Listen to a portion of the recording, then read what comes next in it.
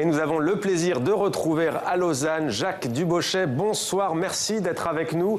Tout d'abord, bravo à vous et félicitations pour ce prix Nobel de chimie, même s'il est effectivement décerné également à deux de vos confrères, un Écossais et un Américain. Première question, que ressentez-vous ce soir ? Bon, ce que j'aimerais dire, c'est qu'il faut être bien clair qu'un prix Nobel, ça met en évidence une personne, mais ce n'est pas une personne qui a fait la chose, c'est un groupe, c'est tout un système, etc. Voilà. Évidemment, j'ai reçu ce coup de téléphone à 11h moins quart ce matin, et puis, pouf, que voulez-vous qu'on dise? D'abord, c'est une sorte de gratitude.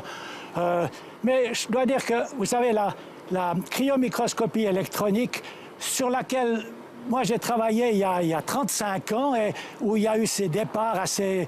Bon, ces découvertes assez typiques, assez spéciales. Et puis après, il y a plein d'autres gens qui ont travaillé, moi aussi. Mais surtout, ces dernières années, il y a eu une sorte de rupture et un progrès qui s'est emballé. Et puis la cryomicroscopie, tout le monde le sait maintenant, c'est une révolution. Alors, ma foi, qu'est-ce que vous voulez? Il y a beaucoup de choses. Dans la science, il y a des choses formidables qui se passent. Regardez justement, Jacques Dubochet, vous dites que c'est une révolution, mais d'abord, dites-nous, qu'est-ce que c'est au juste pour les téléspectatrices et téléspectateurs qui ne connaissent pas forcément cette discipline? Qu'est-ce que c'est de manière la plus simple possible, s'il vous plaît, et en quoi est-ce une révolution? Très volontiers. Nous avons appris à utiliser l'eau froide. Normalement, quand on refroidit l'eau, elle gèle. Nous, on était intéressés à avoir de l'eau gelée pour qu'elle ne s'évapore pas, parce que dans un microscope électronique, il y a du vide, et dans le vide, l'eau s'évapore. Or, vous et moi sommes faits surtout d'eau, et si l'eau s'en va, on n'est pas en bonne santé. Alors, la microscopie électronique était très en problème parce qu'elle ne pouvait pas gérer l'eau.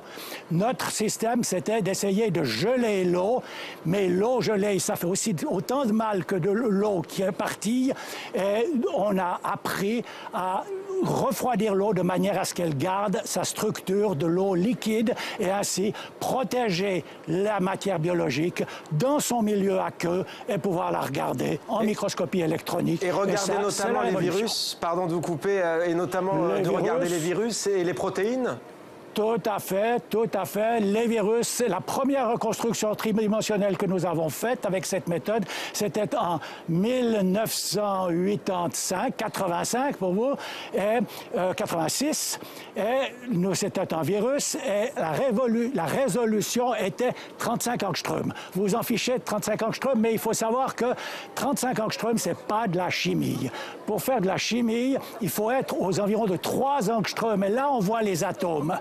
Depuis ce 86, ça fait 30 ans, des gens formidables, et en particulier les deux qui ont gagné le prix Nobel cette année, ont fait des progrès et ont développé des méthodes, nous aussi on y a participé, qui ont permis de diminuer, d'améliorer la résolution d'un facteur 10, c'est-à-dire, pour ceux qui réfléchissent un petit peu avec moi, si c'est 10 fois plus petit, ça veut dire que le volume est 1000 fois plus petit, ça veut dire que la quantité d'informations par image est multipliée par 1000. C'est extraordinaire, c'est ça la révolution basée sur des combines inventées il y a 35 ans.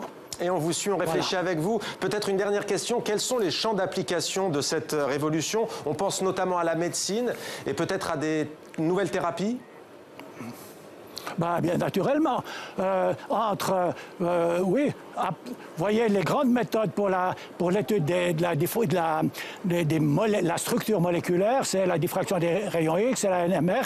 Maintenant, depuis quelques années, c'est la microscopie électronique. Et ça donne un champ de plus pour voir comment fonctionnent les molécules, mais avec quelque chose de spécial, c'est que avec les méthodes classiques, ou disons avec la diffraction des rayons X, qui est la plus forte des méthodes jusqu'à présent, on regarde des molécules immobiles. Tandis qu'avec la diffraction des rayons X, avec la microscopie électronique, on les regarde bien immobiles, mais on les regarde dans des états multiples. Elles peuvent être dans 10 états différents et on les voit dans tous leurs états. À qui est-ce que vous dédiez ce prix Nobel ? Oh, écoutez, je n'ai pas pensé à la chose, mais il y a eu mon professeur, Edouard Kellenberg, qui m'a enseigné la science, qui m'a enseigné et puis je dirais, il m'a enseigné la responsabilité éthique. Edouard Kellenberg a été un homme, ça a été mon ami, et il est mort il y a quelques années, c'est un grand homme. Merci beaucoup à vous, Jacques Dubochet, et encore une fois, bravo et félicitations à vous pour ce prix Nobel conjoint de chimie. Merci d'avoir été avec nous depuis Lausanne, en Suisse.